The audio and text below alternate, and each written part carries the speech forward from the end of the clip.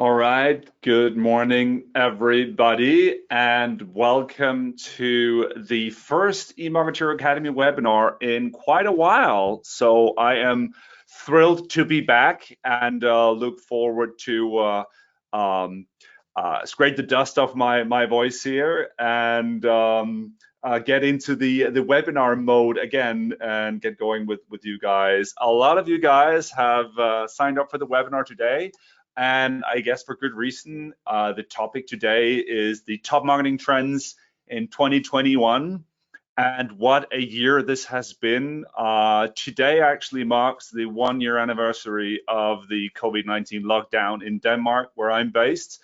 So quite a sad anniversary, obviously, and a year that has hugely impacted the way consumers and brands interact for good reasons. I promise you, I will try not to make this a COVID-19 webinar because quite frankly, we're full of it, right? And there are so many things shaping the way that we do our marketing and the way consumers interact that have been impacted, obviously, by COVID-19, but that also are impacted by the way brands are moving forward, regardless of the pandemic, and in particular, the way that we're moving out of the pandemic. All right, so my name is Klaus. I am the product evangelist at eMarketer. I've been in the company for over 10 years, working with marketing automation, in primarily the business-to-business sector, but certainly also in the B2C sector. And to me, yes, there are absolutely differences between the two, but we're talking about improving the way that brands, companies are portraying their products and services to people, right? So regardless, whether you're in the B2B or in the B2B, B2C space, you're still trying to impact the behavior, the perception of people, and people are people. So it doesn't matter too much to me. And certainly a lot of the things that we're going to talk about today will apply to both the B2C and B2B scope. We will be on the webinar for about 60 minutes, depending on how many questions you guys have. You will all be on mute. We're a lot of folks today, so there won't be the possibility to speak to one another, unfortunately. I can't wait to meet more of you guys face to face. Again, once webinars and conferences, seminars and conferences open up again. But till then, you will have to do with this mug on video. And what I will encourage you is to ask me questions throughout the webinar in the questions box. I will try to pick up on the questions during as well as in the Q&A sessions afterwards, so we can get some dialogue going there. Would be interesting to know from top of your mind, what do you think is going to impact your marketing efforts the most in 2021? Just for my curiosity, if you could type that into the questions box there on the right, then you also know where to find the questions box if you have a burning question during the webinar. The objective today is to talk about the trends that shape and impact marketing in 2021. Pretty broad, so obviously we will be covering a lot of ground today. It will in no means be an in-depth walkthrough of any of these things, but rather an overview of where we see things are growing in importance, where we see the largest impact on your marketing efforts in your small, medium-sized company, but also all the way up to the enterprise level, where things are shaping out and impacting the way that we do our marketing. And this won't be a technology-driven webinar, a technology-driven topic. You may think that some of these things you're already doing, but their importance is just really, really stressed in these times. So the 8 areas or the 8 trends that we will be talking about are listed here. First and foremost, we will be talking about privacy and trust. Privacy is the foundation, and trust is the foundation that we build our marketing and communication efforts around, and it has certainly become much more pervasive throughout our customer journey and throughout the minds of our consumers and customers, how we deal with their privacy and how we obtain their trust. We're going to talk a lot about experience, how experience really for your target group is everything. It doesn't matter what you think, everything matters about what they think about you and what you're saying. So therefore, we're going to dive into topic number 3, which is going to be content marketing and the way that content marketing has evolved and is still an ever important concept of how you do your marketing and how content marketing is changing. We can't talk about new trends and 2021 without talking about bots, chatbots, conversational marketing, and also touch a little bit about on artificial intelligence and machine learning. Again, this won't be technology heavy. AI and machine learning and the adoption is still somewhat immature in many industries and in many companies, but it's good to get a feeling for these concepts and be curious about these concepts because they are becoming more and more available to us. Then video marketing. I can't stress enough how important video marketing is for you guys moving forward and for your target groups, the way you do your marketing. Personalization and marketing automation. So these are going to be the 8 topics that we will be swishing through today. And I can already see that I've done a typo there. So there goes my authenticity. I am just a human with 10 thumbs typing my slides here. So the first thing I thought I would show is one of these hype cycles for digital marketing in 2020. These are the ones that the big consultancy firms, the Gartners and the whatnot produce to tell us all about what is happening and which trends are coming our way.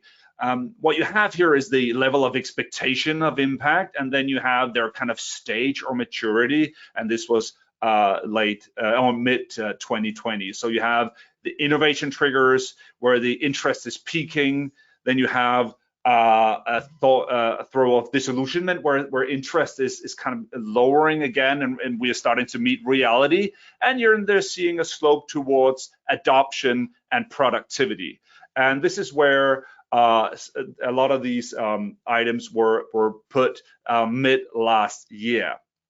Now, the impact of COVID-19 certainly slowed down the expectations, or rather the implementations of a lot of these things in many organizations. So I think the hype and the rush to, for instance, to artificial intelligence in marketing and machine learning in marketing has slowed down significantly as budgets shrunk last year, whereas things like e-commerce, shoppable media, anything that has to do with the e-com and transactional side of things really skyrocketed and moved very fast to a plateau of productivity. We're seeing segments being really matured and being really adopted, like event-based marketing and multi-channel marketing hubs, like marketing automation hubs, really maturing and being the basis of the marketing teams out there. So this is kind of an overview of where the mega trends are. Something that makes you wonder is like customer data ethics and consent and preference management is still rather early in adoption here, a couple of years into GDPR. And other legislations, kind of makes me wonder why these things are still so far behind on the curve. And it stressed me to include that whole trust and privacy as a component today, as I think it is really key that we don't see GDPR as something we're done with from all legal teams, but really think about what trust and privacy means to our consumers, to our customers and target groups. All right. I forgot to mention that the recording and the slides and everything will obviously be sent to you after the webinar, so don't worry too much about screen grabbing. This is a lot of this content is really for your reference as well when you move on and you kind of look at your first quarter and look ahead at the remaining 3 quarters of 2021. If there are things that you can take from this slide deck and use and review your current plans, obviously all of this material is available to you. So this was just a quick view of some of the hype cycles and mega trends that are going on out there on the technology scope.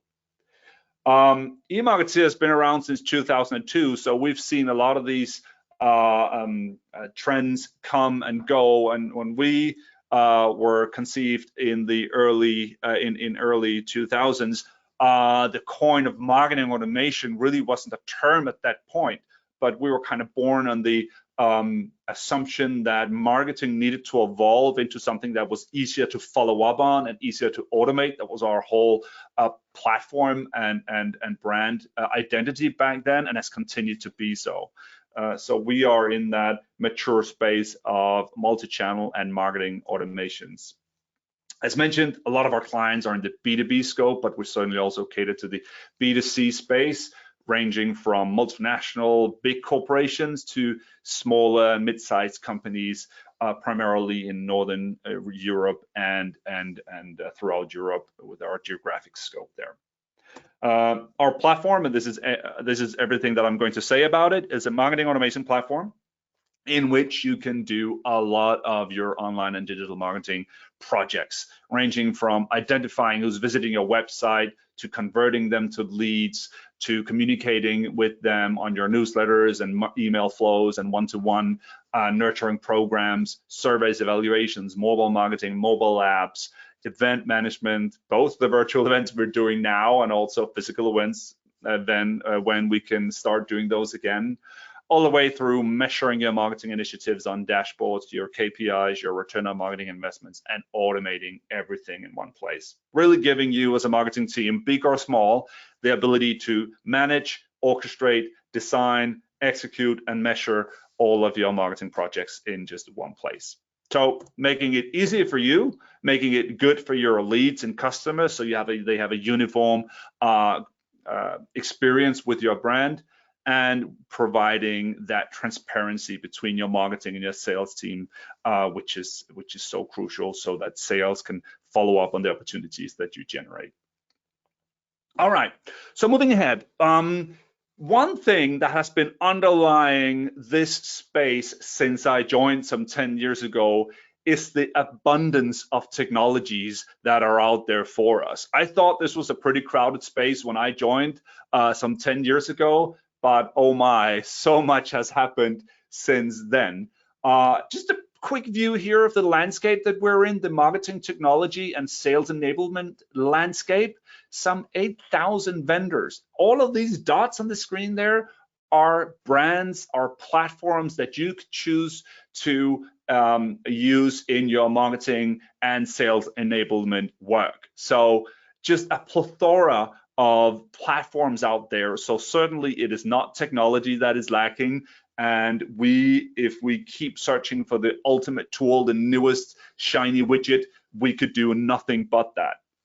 So choose wisely when you choose your platform, and make sure that you're choosing the right tool for the right job, and that you're not sacrificing a uniform look on your customer journey by always chasing the latest new widget out there. So really think hard about your platform approach and how your data is gathered in one place is the takeaway here for me. So just showing you how this development has been since I joined in 2010, 2011, we were about 150 vendors in the sales and marketing technology space, and we are now surging towards 8,000 vendors in this space. And here, a couple of years in, everybody expected some a plateauing of vendors, that we would see fewer, that we would see consolidation in the industry, and then we would see more vendors going out of business, but certainly quite the opposite has continued to evolve here. So a very interesting space. If we look at where things have shaken up and developed since late 2019, we are looking at, trying to get my pen showing it, here we are. We're looking at a surge in data platforms in particular, and we're seeing the space that we're in, as mentioned, more mature space around content and experience. Marketing automation is where many brands have solidified and are starting to really see benefits in their tool sets.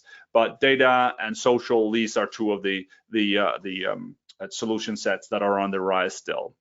And if we look at the subcategories within these mega categories, obviously governance, compliance, and privacy, as I mentioned, privacy and trust and governance has become a huge component of what we do as marketers, for good reason. We can certainly be fined if we don't manage this in a good way, but more importantly, because I imagine that we have tabs on the basics there, the way that we treat our stakeholders, our target groups and our consumers, our customers, the way that we treat their trust and privacy is key here.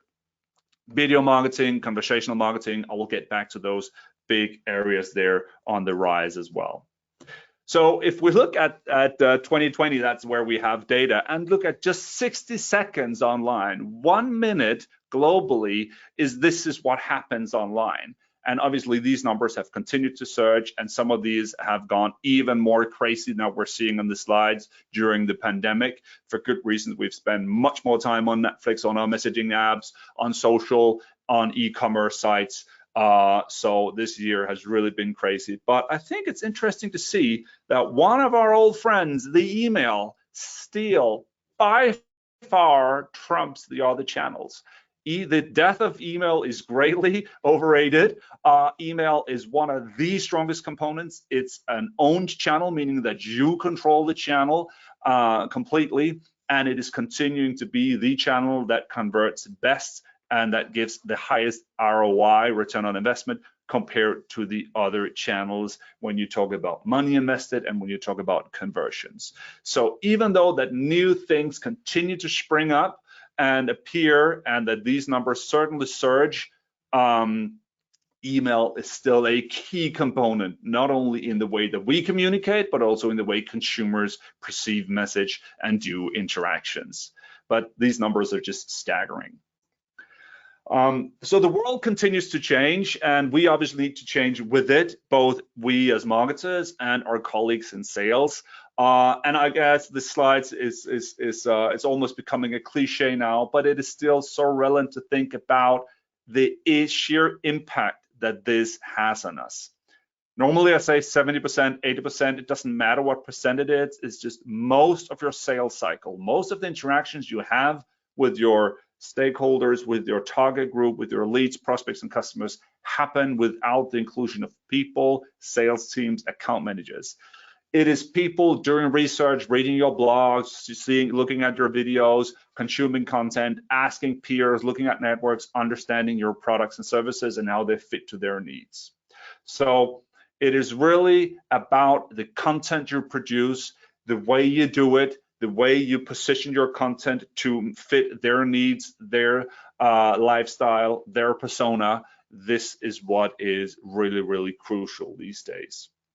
So the customer journey, as we've talked about for years now, has moved out from the sales teams, out from the customer reps and account managers to the realm of marketing, where we control a much, much, much larger piece of the customer journey, meaning the way that people understand what it is that we're doing, why we're doing what we're doing, and how we're doing it. That really is controlled and stewarded primarily by marketing. Obviously, what we need to make sure is that sales is not left in the dark here. We need to make sure that they're included in this process and that they understand what's going on. Hence, the alignment of sales and marketing is so crucial these days. In B2B, more than 90% of all sales, all dialogues, they start online, they start on Google, they start on research, they start on reading ebooks, going to webinars and seminars online to understand what vendors has to offer. 95% of the people looking at your website won't tell you who they are, right? So the impact that your website has on their experience is obviously crucial to how they perceive you without you having the ability to talk back right away before they engage and convert, so that you know who they are. So your content and the way that your site works and portrays itself is absolutely key. And truth be told, right? At a high level, the trends across digital marketing doesn't change that much each year. Yes, we talk about new algorithms on Google. Yes, we talk about new design trends and new website technologies. Yes, we talk about machine learning and AI, but in a nutshell, these are operational sides and tactics that help the overarching trends, the overarching disciplines around trust, content, and our story. So while they do have different flavors and they come in new shapes and forms and new technologies, the underlying mega important trends are more or less carrying over from year to year. They're obviously greatly impacted by the innovation of the Facebooks and the Microsofts and the Googles out there on how we execute on these things. But us as marketers, we are needing to hone in on our skills that have been so important for us in a couple of years. And normally some of these trends are not impacted by the trends in the economic factors going on, but certainly on the back of or in the midst or on the back of a pandemic, regardless of which sector you're in, low cost or no cost methods of growth and communication has really gained importance now as we're seeing marketing budgets really being strained in many sectors and industries. So 2020 was unpredictable to say the least, and 2021 continues to be so. So let's dive into the first one here around privacy and trust. And as I mentioned, really the foundation on which we build all of our communication and marketing initiatives. Without the trust of our target group, we are dead in the water there. And these times where privacy has been really headlined in media, in entertainment, in elections, and so on through 2020, we are living in this age of surveillance and skepticism that is really impacting the people that we're trying to communicate and convince to listen to our message. You may have come across Shoshana Zuboff and her coin of surveillance capitalism. She really talks about how social media, how the internet is radicalizing us, is tearing us apart, is seeing data as the new oil and gold, the data being the number one valuable asset globally today, and how that's being used by corporation and we are the product. It's all quite dire, to be honest, but it is on this background that the people that we're trying to influence are living their lives. It's with these kinds of inputs. So the way that we treat privacy and trust really needs to be founded and rooted in these thoughts and these tendencies going on. On the more entertaining side of things, if you will, you've seen probably movies and topics like The Social Dilemma on Netflix that talks about how social media is impacting both the youth and also the boomer generation in the way that we communicate and the way we perceive, the way that news are filtered to us. So we live in these bias bubbles, and it's greatly impacting the way that we start to think about our private lives and our lives that are portrayed online. So privacy is key. We learned that during GDPR. We've certainly seen that with CCPA, which is the California Consumer Privacy Act, which is even stricter in many regards than the GDPR. These rights we have as individuals to be forgotten, to be kept private, to have our data housed securely, these are rights by law. They should be default by now. They should be there, right? So why are we still talking about them? We're still talking about them because, in some brands, they are up dire avenues when data breaches happen and they are fined. But more importantly, I think that the lesson here is not so much about the legislation anymore. It's about consumer minds. When we ask for consent, when we ask for permission now, we really need to think hard about what is it that we're offering in return for this consent. We need to be very clear about what kind of value we will be offering to the people who are joining our channels, because customers are tuning out on email and mass media and social media and advertising. More and more app bloggers are there. You saw the Internet Minute. So much stuff and noise is going on out there. So if we are not really in tune with the target group, with our communication, with our messaging and the way we tell our stories, it's a wasted effort.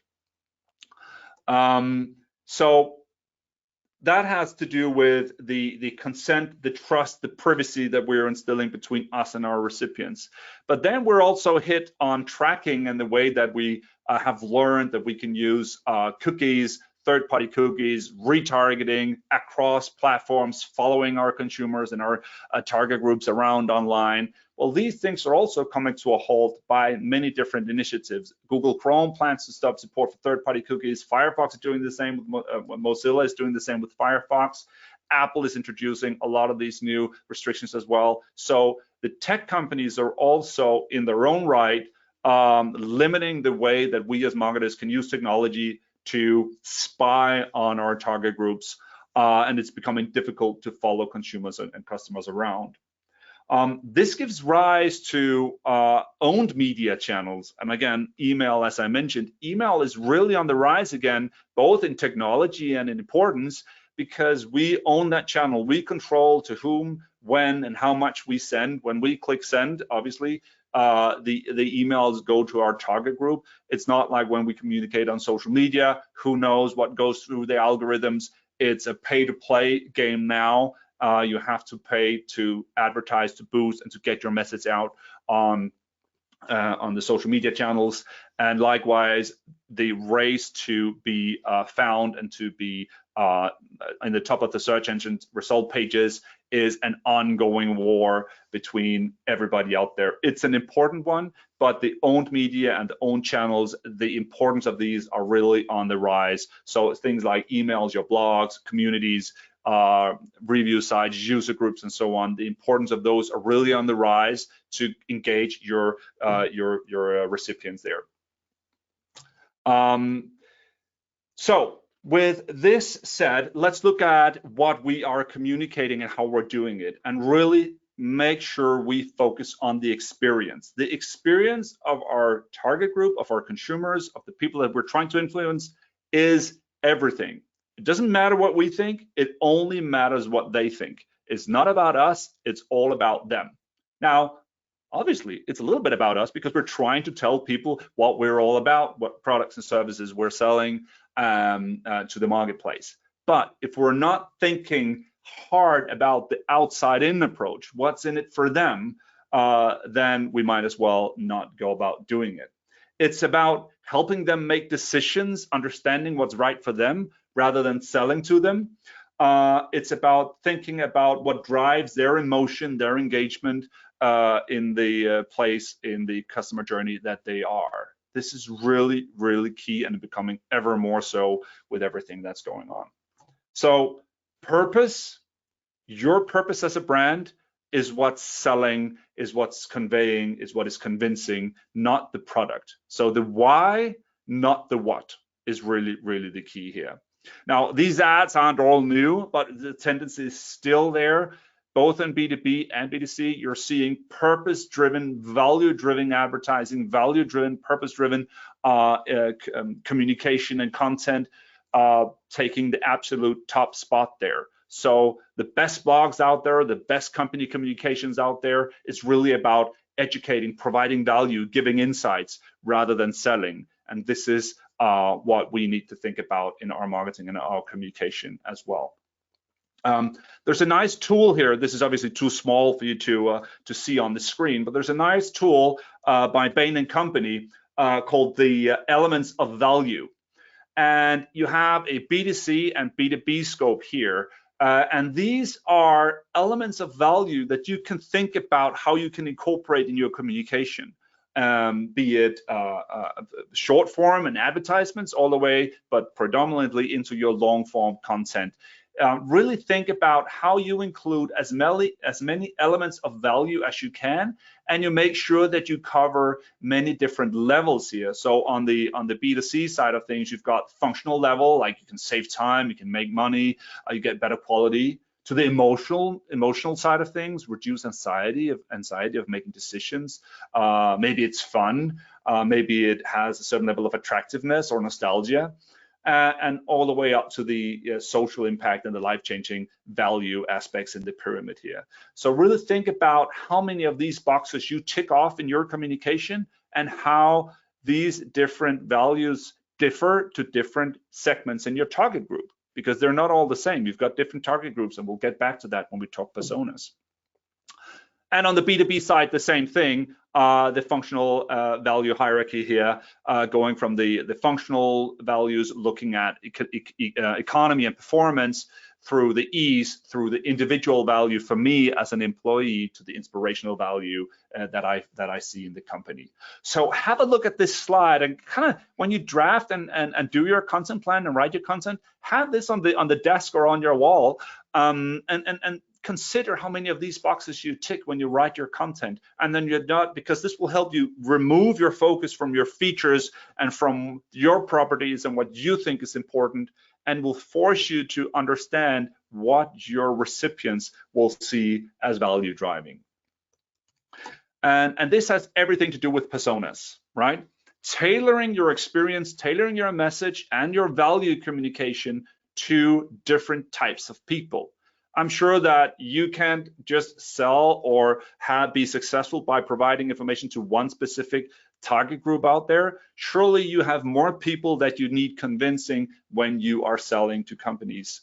You may have your CFOs, your controllers, your engineers out there that have one specific set of values personally and one specific set of values professionally. And then you have your salespeople, your marketing people, your HR people, and they have a completely different scope of what's important for them. So really think about your different target groups that you need to influence, and that you take your content pieces and adapt them to the different personas, to the different target groups out there, so that you tick all of the right boxes with the right people. Often you will see that if you have a big piece of content, maybe only 15 or 10% of the content needs to change to adapt it to a different persona, because the bulk of the information is still the same, but the way that you position it, maybe in the intro and the outro, differs depending on whether you're talking to an engineer or someone in marketing.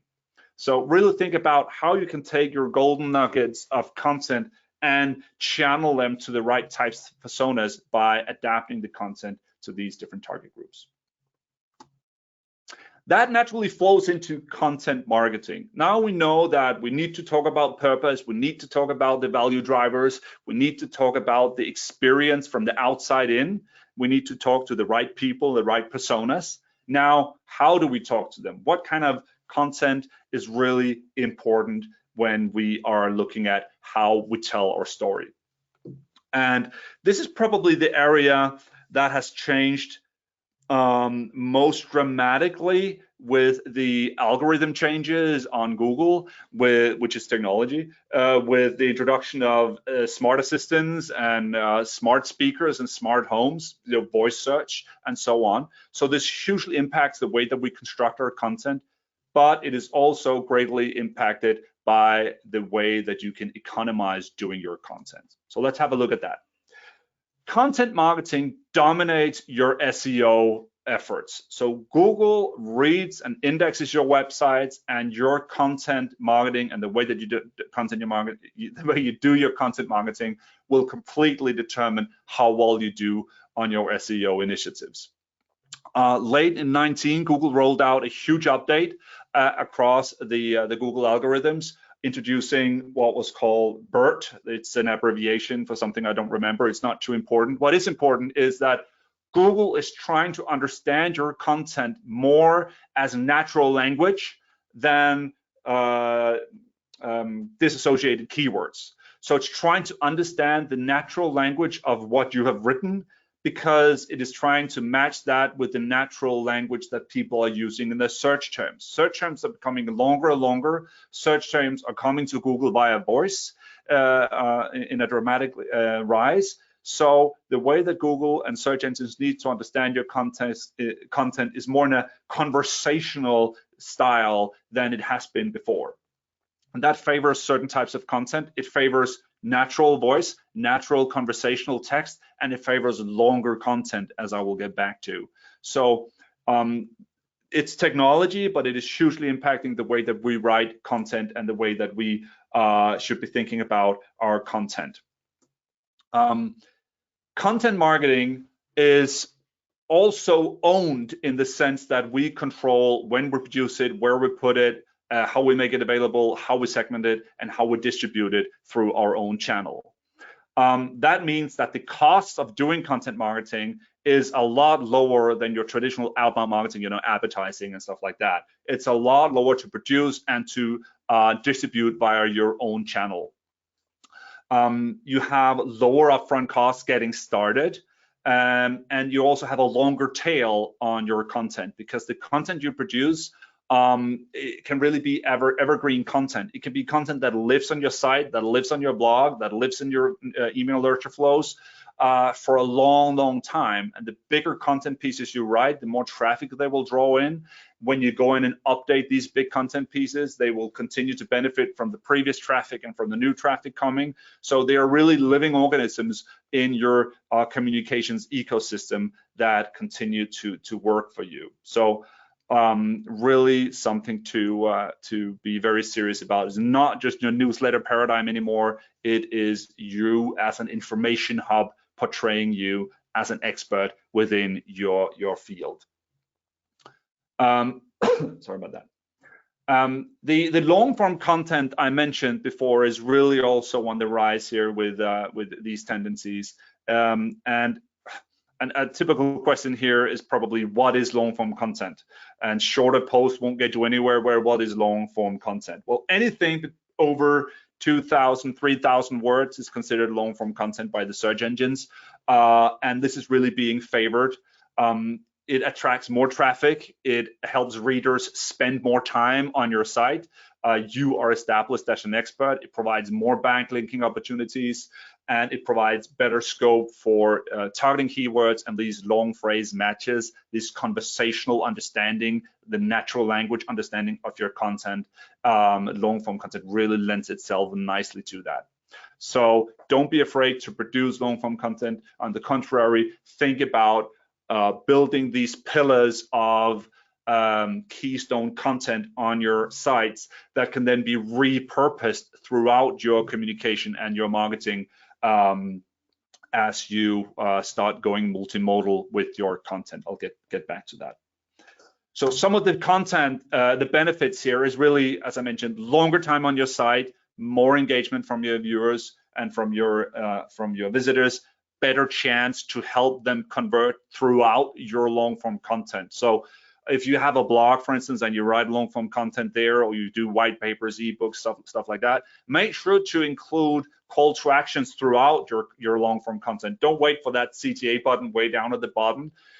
Think about this as a conversation where you're gradually educating, you're gradually informing, and throughout you're offering the opportunity to ask for more, to get their contact details, to get their email, so you can provide them with more information, and use that those call to actions throughout your long form content to get engagement up.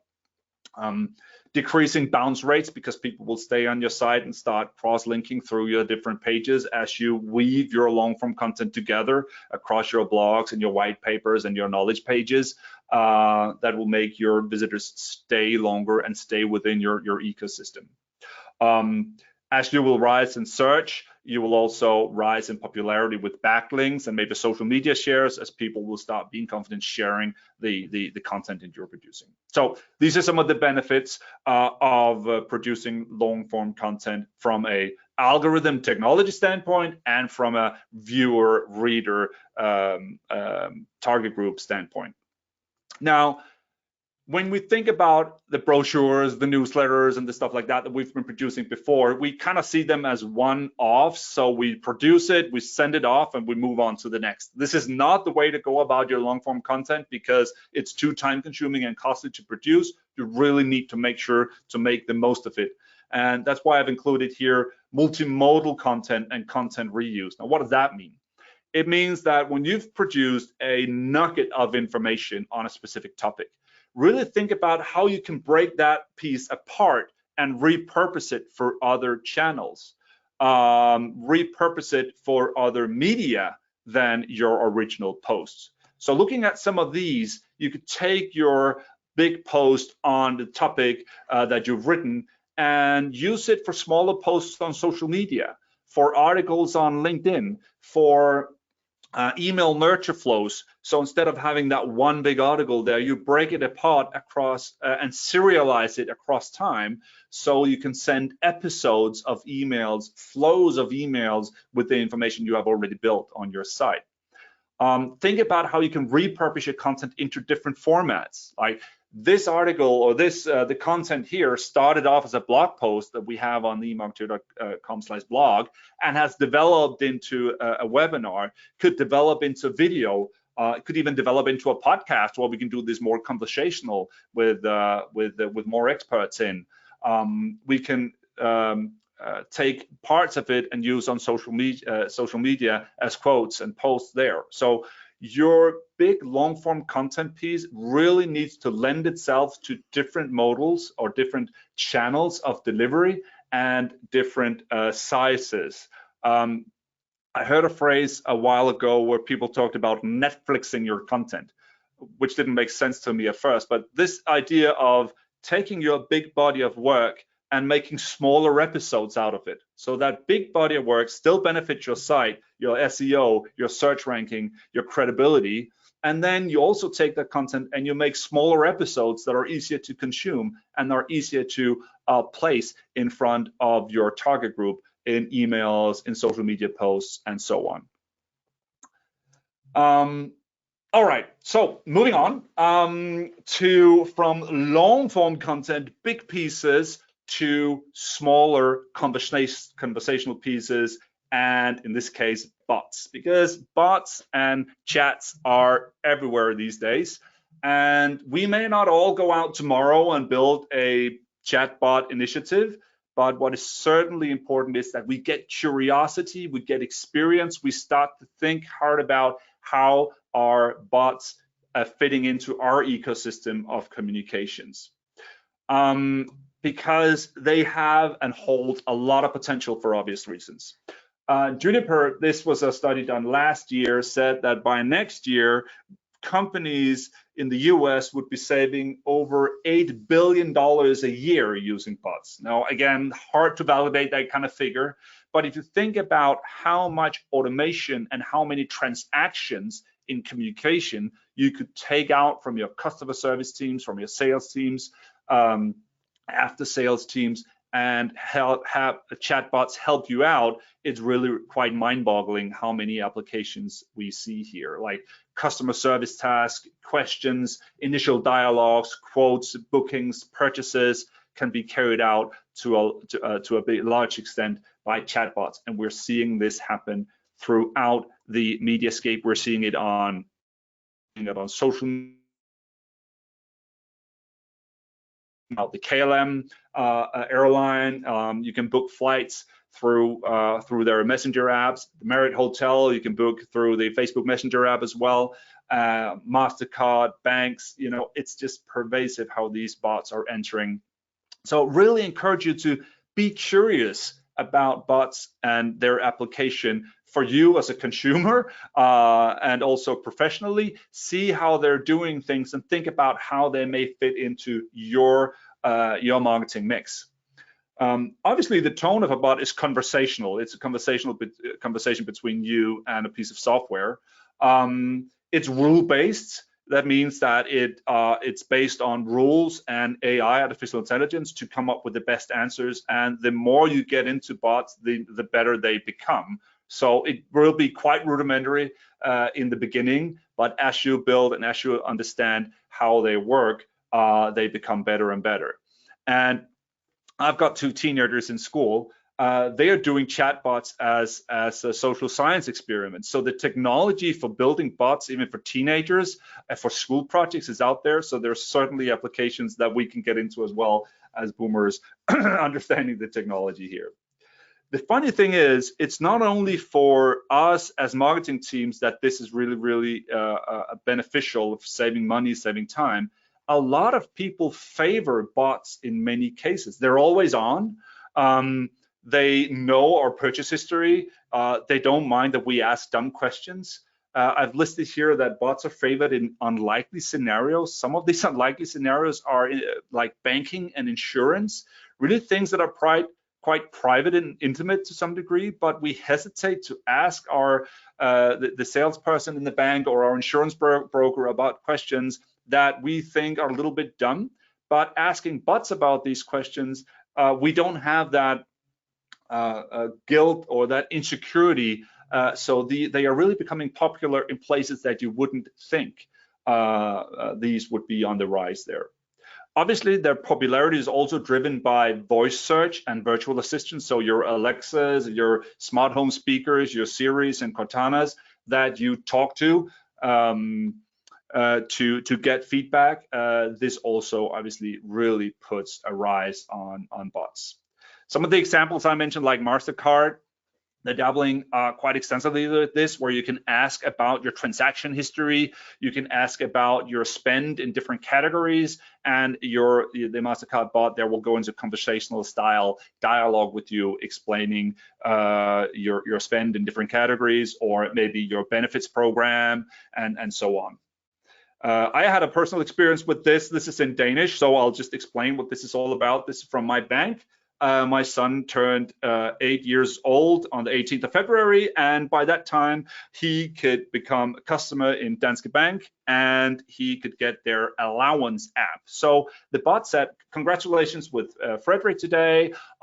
It's so much easier to deal with money and pocket allowance using the pocket allowance app from the bank. Do you want to know more?" And in this chat back and forth, I was able to get information about the app, understand how it's used. I could order the app, and the whole process was completely automated by the bot. It did not have any human interaction whatsoever. And at the end of the bot dialogue, I could digitally sign and order the accounts for my son and the pocket allowance or the allowance app for his iPad.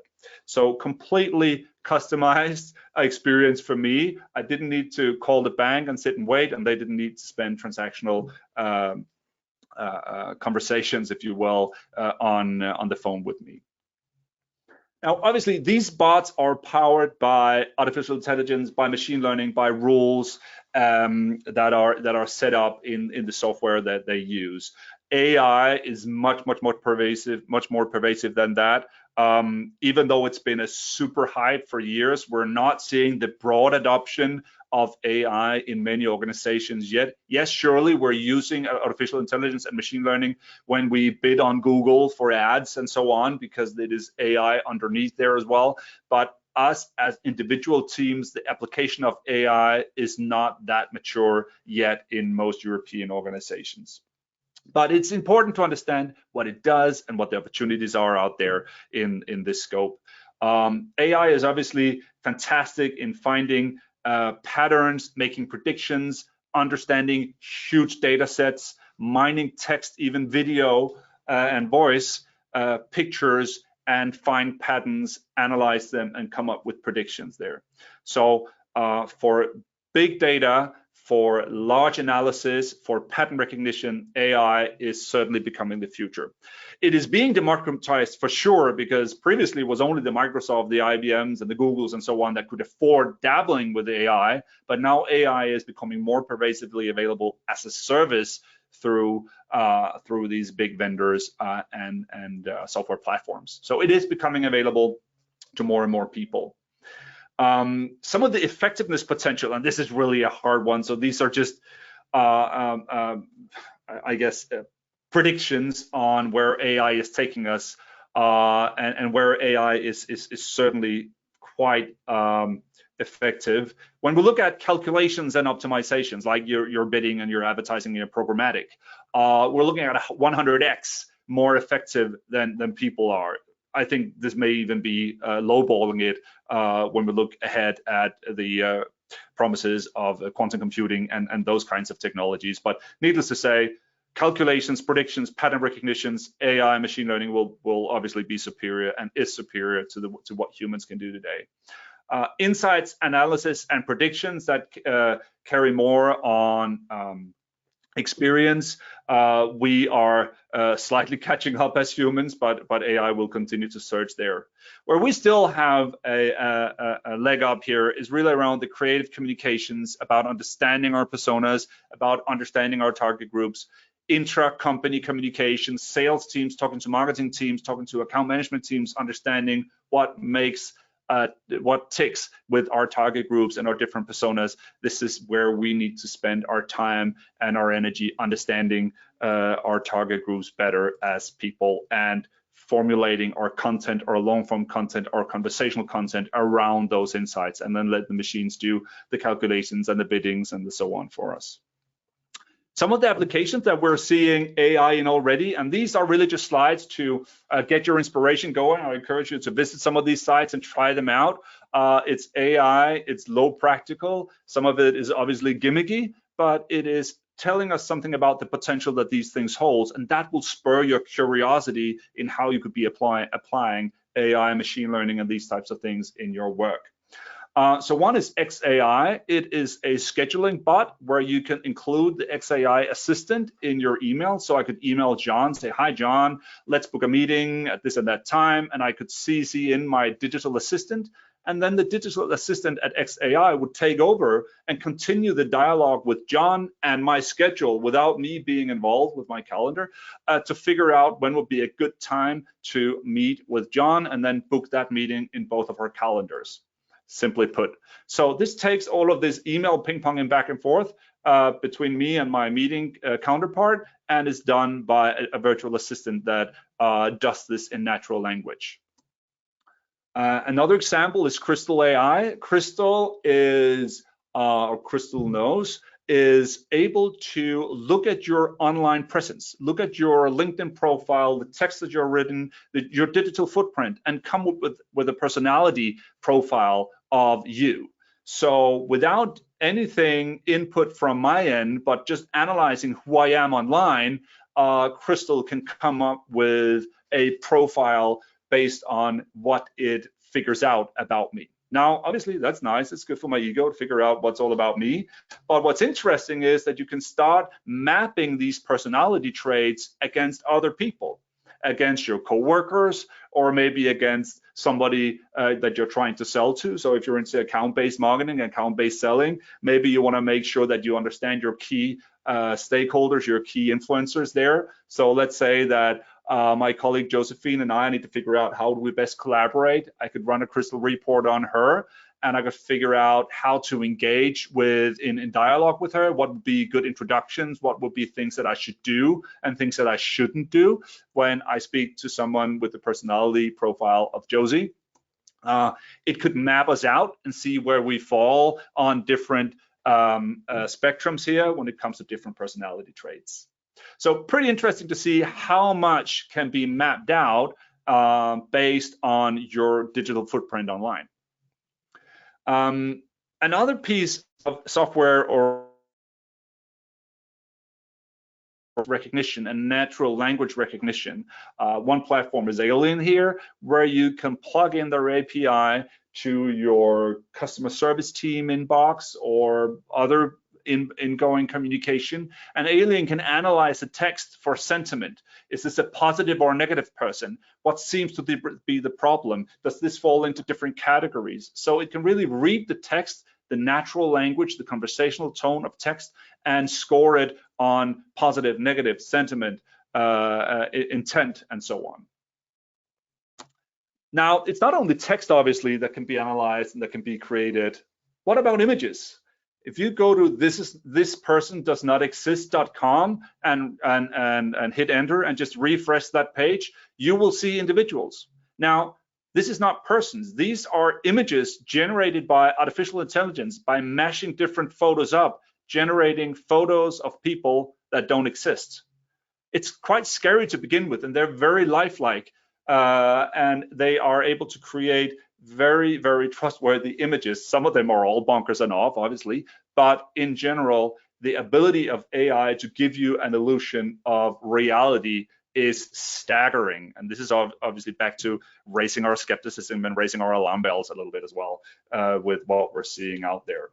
Reface app, maybe you've seen this one, your ability to swap faces. It's gimmicky, it's fun, but the speed with which this app does a pretty good job of refacing and switching faces is quite staggering on your mobile device there.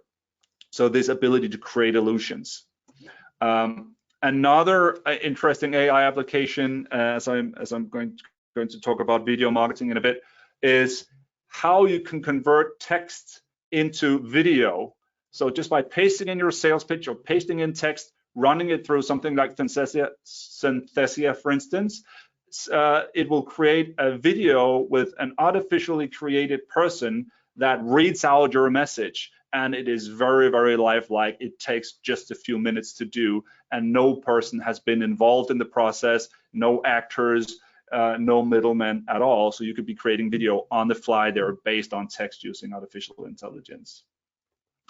Maybe you've seen Tom Cruise in the news lately and his TikTok videos with some quite odd messages from him. Now, this was all done using deepfake technology.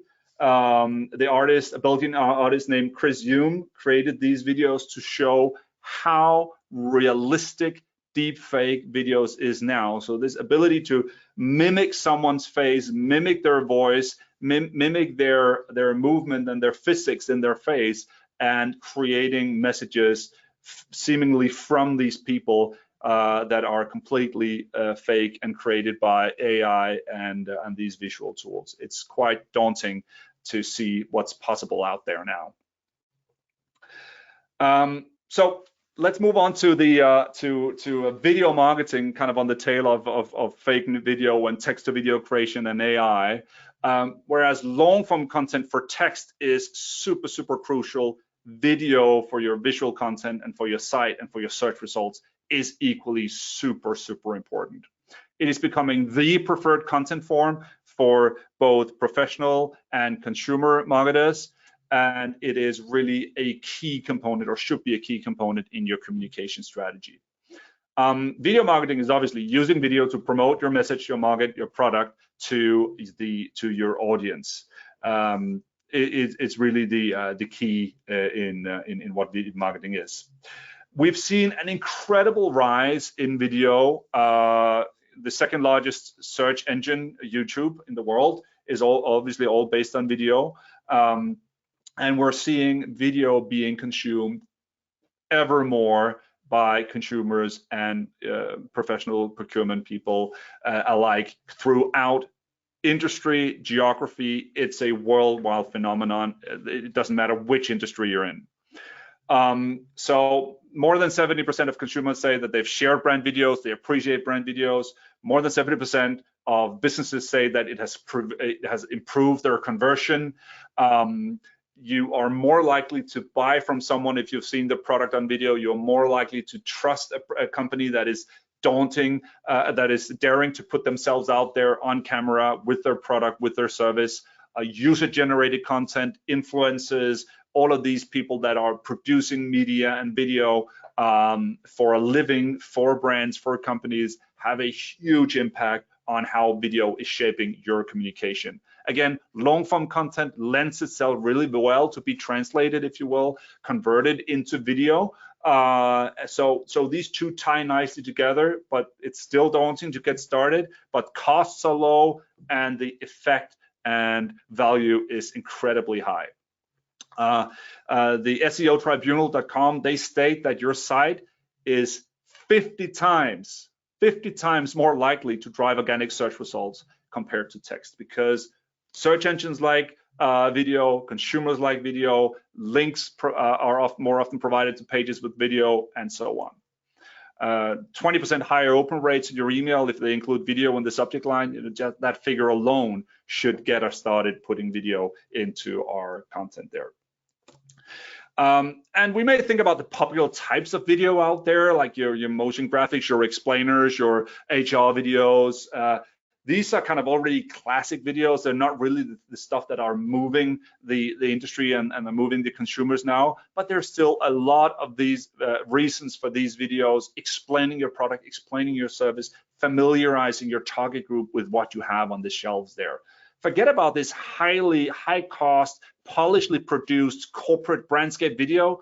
Nobody cares to look at those. Think about how you can do these conversational, authentic, personal, and do them with high frequency instead of spending a ton of money on those polished corporate videos. Now, video, although it hasn't been around for long, it is changing rapidly as well.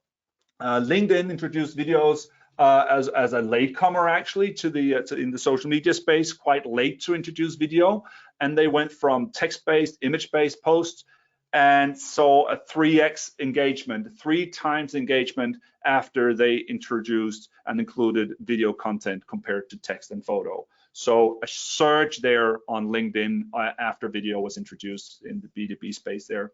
And even more so now, where these stories that you know from Facebook and from Instagram are also available now, at least in the US and in several European countries. I'm not sure that they are rolled out across Europe yet, but the video stories are there on LinkedIn, and if not, they're coming. Where the keywords here is much more conversational, much more about authenticity, personal, speed of delivery, and carrying a brand personality with it on the stories there on the social platforms. So moving away from the classic the big ticket items to these more conversational types. And then we have the shakers in the industry here that we are seeing the surge of the TikToks, the Twitch, the Snapchats, the videos there. Conversation is rapidly changing the way video is being used on these platforms, more so on the consumer side of things and in the social sphere, of course, but businesses are starting to tap into these channels just because of the sheer amount of messages that are being shared and the sheer amount of consumers that are on these platforms now. So they're becoming central pieces in the marketing arsenal for B2C companies in many industries. So interesting to see. If you don't use any of these, if you have a teenager around, just look over their shoulders, see how they're using these tools, these applications. They're not calling their friends, they're recording video messages and sending it to them. You know, why not have a sales dialogue where you're just recording the back and forthing on Snapchat? You know, just think, go curious, go crazy about where these things could take us if we are creative and curious about these things. All right, I am pressed for time here. I want to make sure that I get to at least this one and talk about personalization. Everything today could and should be personalized right down to the T. When we're looking at the customer journey across many different touch points there, we have this model is one from Smart Insights that is really interesting to see how we can think about all the different stages where we reach, ask to act, convert, and engage our target groups, our customers, and think about how we can personalize our messages to them on these different stages, what is important to them. Think about how you can automate the journey, the delivery of these nurturing messages to fit into the stage that they're in across their buying cycle, across their decision-making process there. And lastly, in order to do so, marketing automation is the underlying engine underneath this. You can't do it without marketing automation. It's not a silver bullet. It won't do everything for you. It won't create the content with AI yet, but it is a necessity to compete in order to deliver the right content to the right people at the right time throughout this customer journey, throughout the buyer cycle, as they are progressing through your messages there. All right, so in all haste, this was 8 trends, 8 disciplines that I think that we at eMarketer think are going to be key in your success. Yes, there are technologies we haven't talked about. Yes, there are a lot of things that have to do with tactics, but these things on a meta level is really what we think are the most important ones to think about. How do you deal with trust and privacy? Are you eligible for their trust and their contact details and their permission for you to market to them? Are you focusing enough on the experience they have with you? Are you thinking about how your content how your story should be told? How your long form content affects the way that you're being perceived as an expert? Are you curious about bots, automations, AI, machine learning, not because you're employing them tomorrow, but because this is what is coming in the next waves of change to the way that we communicate? Video marketing, a key arsenal, transforming your long form content, your conversational content into video in many different channels, focusing on own channels, driving traffic to your platforms using video and long form content, making sure that you can personalize the customer journey by delivering the right content at the right time to the right people, and having marketing automation as the engine underneath this, as the mature platform to execute all of these things on. All right.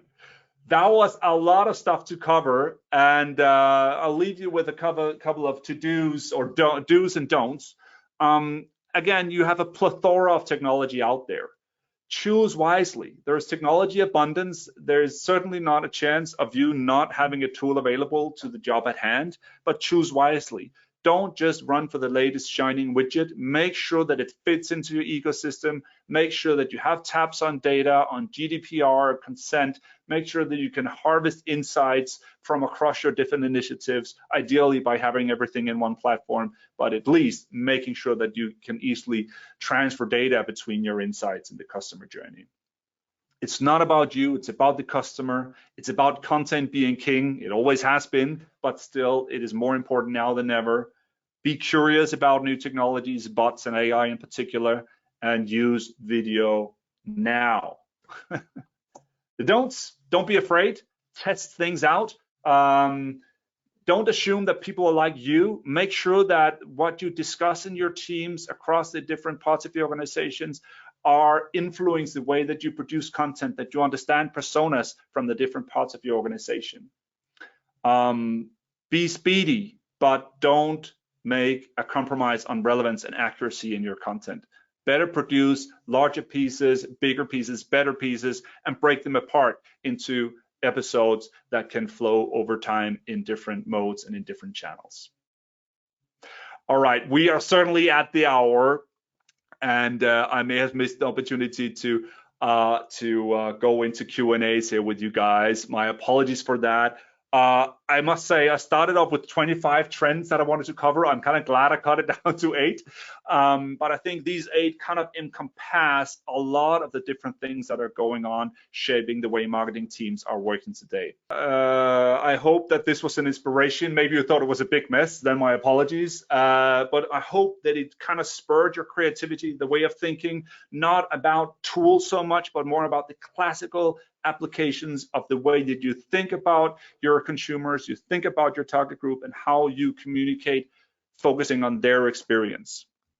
That was what I wanted to leave you with today. Thank you so much for your time.